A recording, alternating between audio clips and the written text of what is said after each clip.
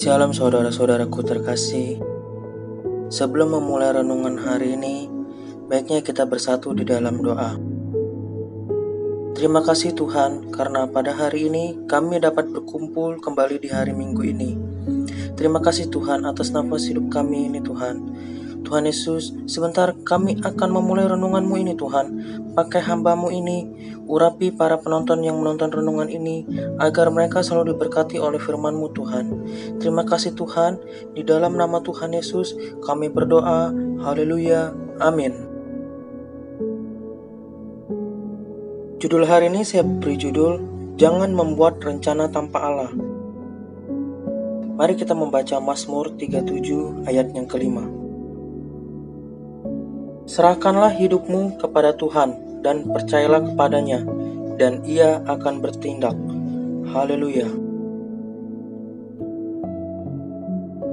Ada 3 hal utama yang disampaikan dalam renungan hari ini. Pertama, jangan membuat rencana tanpa Allah, tetapi masukkanlah Dia sebagai faktor penentu. Yang kedua, jangan membuat perencanaan dengan memperhitungkan hal jahat yang dihadapinya, karena kasih mengatasi semua hal jahat. Ketiga, jangan membuat rencana dengan pikiran akan ada, dalam tanda kutip, hari-hari hujan, karena usaha yang dilakukan bisa dari ketidakpercayaan akan Tuhan. Saya akan jelaskan 3 hal utama yang tadi saya sampaikan untuk renungan hari ini. Yang pertama, jangan membuat rencana tanpa Allah. Allah tampaknya mengambil jalan, membuyarkan rencana yang telah kita buat, bila tidak melibatkan Dia dalam rencana kita. Ketika kita terjebak sendiri dalam situasi yang tidak dipilih oleh Allah, tiba-tiba kita sadar bahwa kita telah membuat rencana tanpa Dia, bahwa kita bahkan tidak memasukkan Dia sebagai faktor penting atau vital, unsur penentu dalam perencanaan hidup kita. Satu-satunya hal yang dapat mencegah kita dari kemungkinan rasa cemas ialah memasukkan Allah sebagai faktor penentu atau terbesar ke dalam semua rencana kita. Dalam masalah rohani memang biasa bagi kita untuk menempatkan Allah yang pertama. Tetapi kita cenderung berpikir bahwa tidak cocok dan tidak perlu untuk menempatkan Dia pertama dalam urusan hidup kita sehari-hari. Jika kita berpendapat bahwa kita harus memakai wajah rohani terlebih dahulu sebelum kita dapat mendekati Allah, maka kita takkan pernah mendekat kepadanya. Kita harus datang sebagaimana kita ada. Yang kedua, jangan membuat perencanaan dengan memperhitungkan hal jahat yang dihadapi. Apakah Allah bersungguh-sungguh menuntut kita agar membuat perencanaan tanpa memperhitungkan hal jahat yang ada di sekitar kita? Kasih seperti dalam 1 Korintus 13 ayat 4-5. Akan saya bacakan. Ayat keempat, kasih itu sabar, kasih itu murah hati, ia tidak cemburu, ia tidak memegahkan diri dan tidak sombong. Ayat yang kelima, ia tidak melakukan yang tidak sopan dan tidak mencari keuntungan diri sendiri.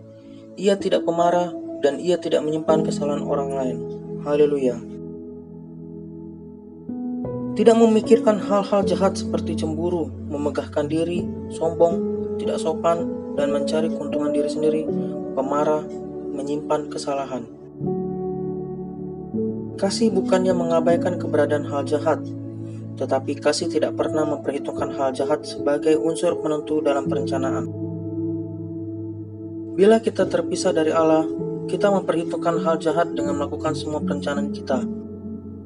Dan kita mencoba memperbincangkan semua pekerjaan kita dari sudut pandang hal yang jahat.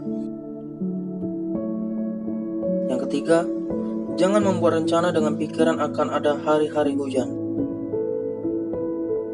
Anda tidak perlu menimbun barang-barang untuk hari-hari hujan jika Anda benar-benar mempercayai Kristus.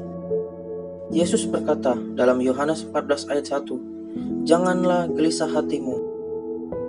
Allah tidak akan menjaga Anda agar tidak merasa gelisah. Ia tidak berupa sebuah perintah, "Janganlah."